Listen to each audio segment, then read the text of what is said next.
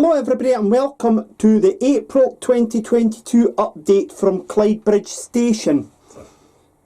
Just before we go into this month's update, I first of all want to go and pay tribute to a Facebook friend of mine who was also on Twitter, Jordan Mossam. Jordan had Duchenne muscular dystrophy, and when I first became friends on Facebook with him, he explained what it was, and he sadly would not have a very long life. The average life expectancy of someone with the condition is 26, and Jordan at the beginning of April passed away at the age of 26 with the condition. Despite being confined to an electric wheelchair, Jordan was a very go-ahead guy. He had lots of friends on the railway scene. He attended many railway meets. He was also a very keen photographer. He had completed a college course on photography, and some of his work got put into railway magazines, including one of a double header of 2 Class 50s in Cumbria, which I know he was very proud of. Jordan, I know, quite enjoyed this layout as well, and it's just a pity that I'll never ever get the chance to meet him, and my condolences go out to Jordan's family and friends at this time. But Jordan, thank you very much for the memories. You were a great guy, and I hope you enjoy looking at the trains from up in the sky. We carry on anyway, and in this month's update we've got some new walkways installed. There's a new vehicle on the layout. A backscene has been installed. I've done a little bit more work on Mum's memorial. Some new signs and lights on the platforms, and we've got 2 more buffer stop lights as well. So that's what we've got coming up on this month's update. But what we're going to do first of all is head over to the street scene, and we're going to look at those 2 new arrivals.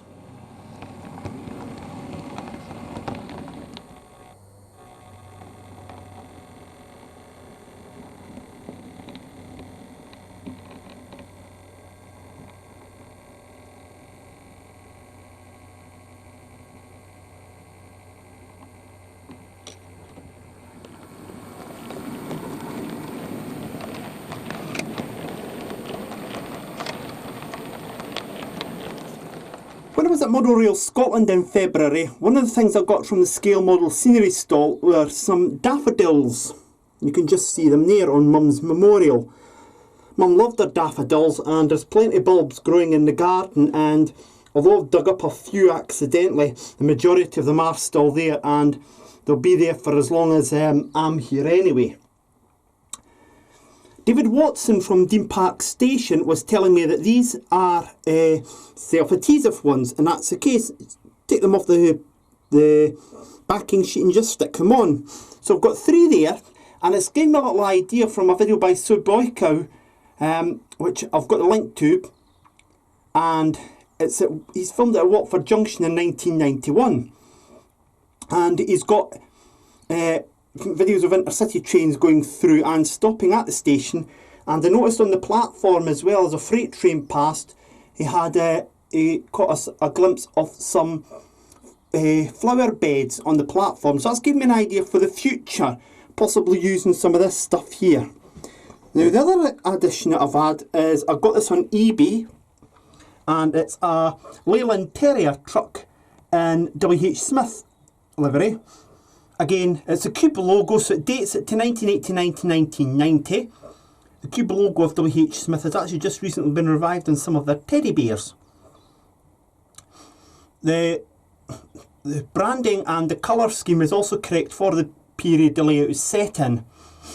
Again, it was a cheap purchase on eBay, and it just goes in, ties in nicely with the layout. I will get a couple other vehicles through time. Now we'll go on to the next bit while we're here. If I just move the camera up there, and you can see back in February when I was at Model Rail Scotland, as you know, I got a back scene with houses on it from the Gauge Master stall, but I was wanting also a back scene with an industrial landscape for the north direction of this layout, and they didn't have it.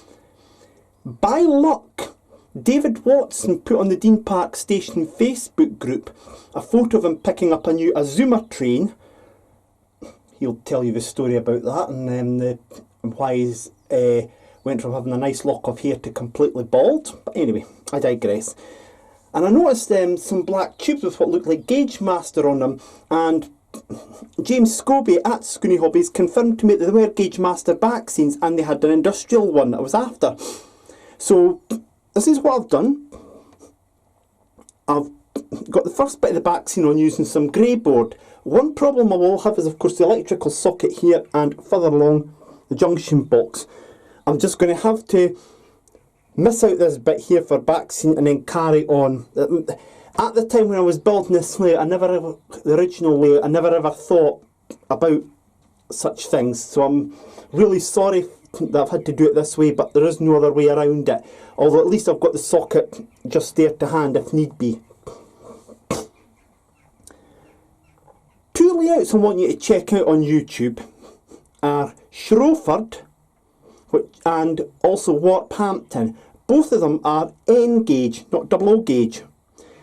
Shrewford is set in the same period as mine, late 80s, and his is based upon Shrewsbury Station, very familiar station to a lot of you with its world famous signal box. Warphampton is set in the Network South East era, but has intercity trains as well. And both of them, with their back scenes, what they've done was they went onto Google Street View and they actually took Street View images and then stuck them on to form extensions of the streets. And that's what I've done here. I've obviously cut round the buildings as best I can, although I didn't make a good job of that there, but never mind. What I've done, I've printed it off from card, and then as I say, cut round the buildings, got Yoo-hoo glue on it and stuck it onto the back scene to make it look as though the road is going much further into the distance. For those of you not familiar with that scene, that is Cowdenbeath High Street.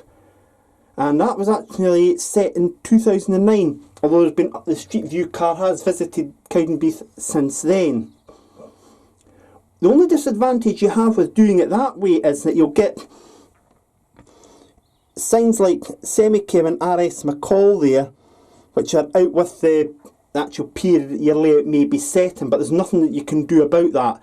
But as I say, that's the road going up and up the hill into the distance with the industrial landscape in the background. So there'll be a single track one for there, and obviously there'll be the one there, and I'll have one along there later on as well. Why I haven't carried it on is I haven't got any more grey board, but I'll hopefully be remedying that in the next couple of months. Now I've made a start here.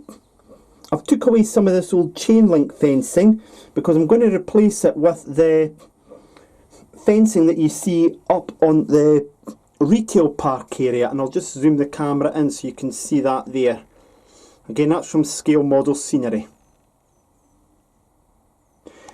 So there'll be a yellow crash barrier that'll be going there first of all, and then the fence will go behind.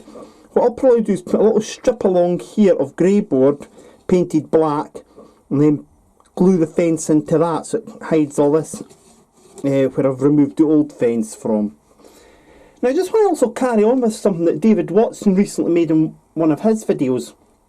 He was actually on about at Dean Park Station in his most recent update that he'd lost a subscriber who commented on a previous video that with David name checking where he gets his stuff from, the person thought it'd just become more of a product placement rather than an actual layout video. David at the time went and said that he was name checking and was quite happy to name check so people knew where to get the stuff from, and it allowed the hobby to carry on and allowed these shops and retailers and companies to survive. And I am fully 100% with David Watson on this. I'm quite happy to name check PD Marsh Models, Scale Model Scenery, Scooney Hobbies, Harburn Hobbies, Bachman, Hornby, Kernow Model Centre, etc, etc. Why? Because they're where I get the stuff from, and if people don't know where they get the stuff from, they're not going to bother about the hobby. So I will continue to name check where I get the stuff from, and I am not in the slightest bit worried about the possibility of being criticised for product placement. Yes, I accept you wouldn't get away with it on a TV programme, but I would make this point to you. Other retailers are available. Two more layouts I want you to check out. Dudley Central, he's on here and on Instagram, and also on here West Blyth MPD. Dudley Central, set in the West Midlands PTE Central era. West Blyth MPD in Northumberland. Go and give them a check out as well.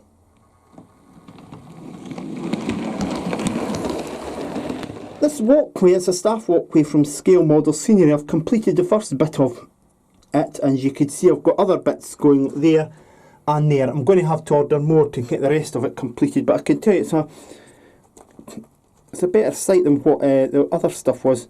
Now I've left that stuff like that there. I may have to actually cut it a little bit shorter. But we've got the walkway all the way over here, and included in the kit are some signs and posts to stick the signs on, and I'm just going to zoom it in so you can actually see the sign there. Stop, look, listen, beware of trains. As well as putting one there, I've got one just slightly out there. This one here is quite big. I'll replace that with a Scale Model Scenery one through time though, as I do the rest of the walkway. But now we're going to get on to what was the big project of March and April on the layout. And by golly, when I say big project, I mean big project.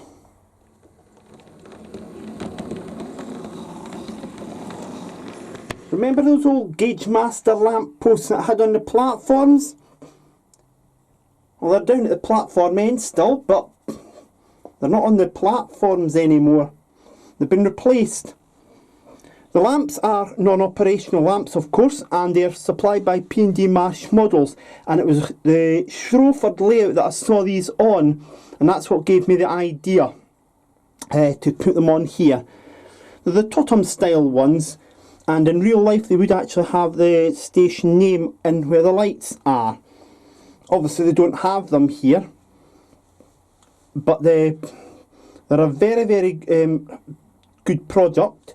One or two of them are a little bit squint, but they're actually much easier to fix than what the Gauge Master ones were. I'll just have to drill little holes in there to get them in. Also notice that we've got some new ScotRail's platform name boards in. These are from Eagle 1 Model Railways. They have a shop on eBay. And what I've done here is I've stuck them onto Scale Model Scenery 1mm grey board, and I've then stuck the signposts, the poles in between the two bits. I've cut them 2 centimetres long. That way they're all uniform. Now when I was removing the old Gauge Master lamps, of course I had a problem that was ripping up the old surfaces. Well, who said platforms had to be perfect?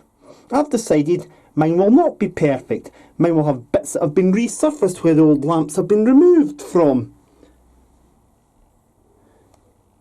There you go. So who said it had to be perfect? Nobody said to me it had to be perfect, and that's why I've decided mine's is not going to be perfect. Mine will have bits that are resurfaced. I've also replaced the wooden fence, the plastic fence along here with this one. This is from Scale Model Scenery, and as I say, it's similar to the ones that's up there on the retail park. What I've done with this was, once I've assembled it, I then went and let the glue dry, and then took it outside and gave it 2 coats, one on each side, of Halford's grey primer. When I was actually spraying that, even though I was outside, I had goggles and a mask on. So should you. Dylan Sanderson built one of these on the Scale Model Scenery YouTube channel once as a live build, and I'll put the link up so you can actually see that if you so wish. And whilst I'm on the subject of that, Dylan Sanderson, as you may well now be aware, has left Scale Model Scenery. He goes with everybody's best wishes. He's going to become an engineer at a utility company. So Dylan, congratulations on your new role.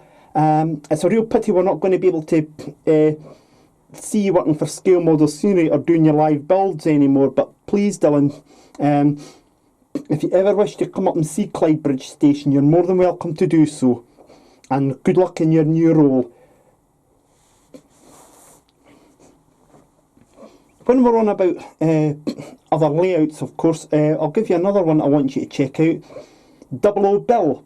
Go and check him out. He's actually got some good tips and shows you how he goes about repairing some stuff. So please go and check him out. And I mentioned to Scale Model Scenery, there's a Railway Modellers Club. The link to that is in the description below. There's a free section and there's a monthly subscription section. I'm in the free section, so please go and join that as well, and everybody will make you feel welcome there.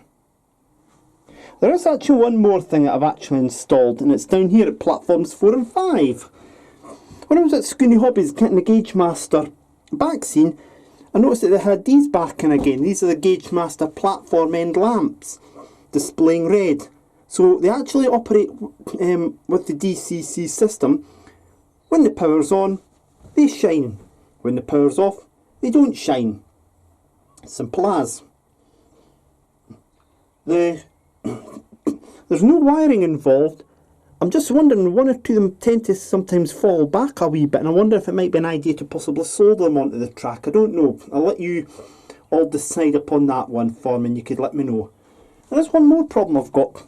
See the back scene here? This was the one that come with the Railway Modeller magazine. See, it's going back a little bit. But I've got a solution for that. I'm going to get a little bit of wood, screw it there, that will overlap there, and that should hold it on. And you'll see that for the update in May.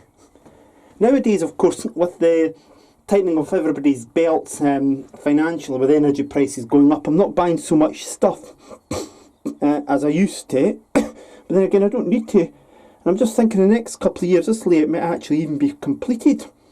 Now, that would be a little thought. Forgot one more thing though, just to show you. I mentioned to use those lamp posts there in the March update. I've installed the first one on the street scene here. I've still got more of them to install as they go along, but I won't install them until I've actually got the back scenes in place, because I've got to move these buildings out.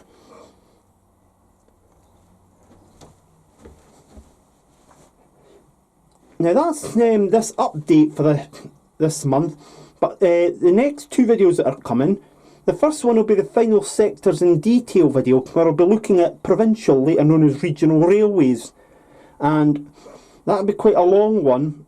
Again, I'll give you some ideas and hints and tips on how to model regional railways in the 1982 to 1992 era, particularly the 1990 era this layout is set in. Very appropriate, because we've actually got a regional railways train there, and the unique 47475, and I've also got 47461 in ScotRail livery. So these trains will be playing a part in that video as well. Also next month, May the 14th and 15th, is the Glenrothes Model Railway Show at the Lomond Centre, Woodside, Glenrothes. I'll be there on the Saturday with my camcorder filming to do a video here on YouTube. So if you happen to see me at the show, come over and say hello. I'll be pleased to meet you. The next update from the layout will be at the end of May, and hopefully by then I'll have a wee bit more of the back scene done and some more work on the street scene. And I keep saying it, but I'm determined to actually go and get dropper wires in here and see if this cures the lack of power problem that I've got there. You never know, I might actually do that next month. So again, there's not been much work done on the layout this month, but the small amount of work I have done has actually transformed the layout, and in the future these are going to get replaced as well with new lights, probably to a similar design to the ones in the street scene. So that's everything from this month's update. So whatever you're doing, I hope that you have enjoyed this month's video. Please leave any comments in this down below, along with any suggestions and queries, and don't forget to check out the layouts that I've mentioned to you, along with the two regular ones, Everard Junction and Dean Park Station. And one last one to have a look at on Twitter is Eden Road TMD, run by Ryan Gray. And also check out on Facebook the Scottish Railway Modelers. You'll be welcome on there as well. So that really is all for this month's update. In the meantime, please take care of yourselves, won't you? Enjoy your layouts and we'll see you soon. Goodbye for now.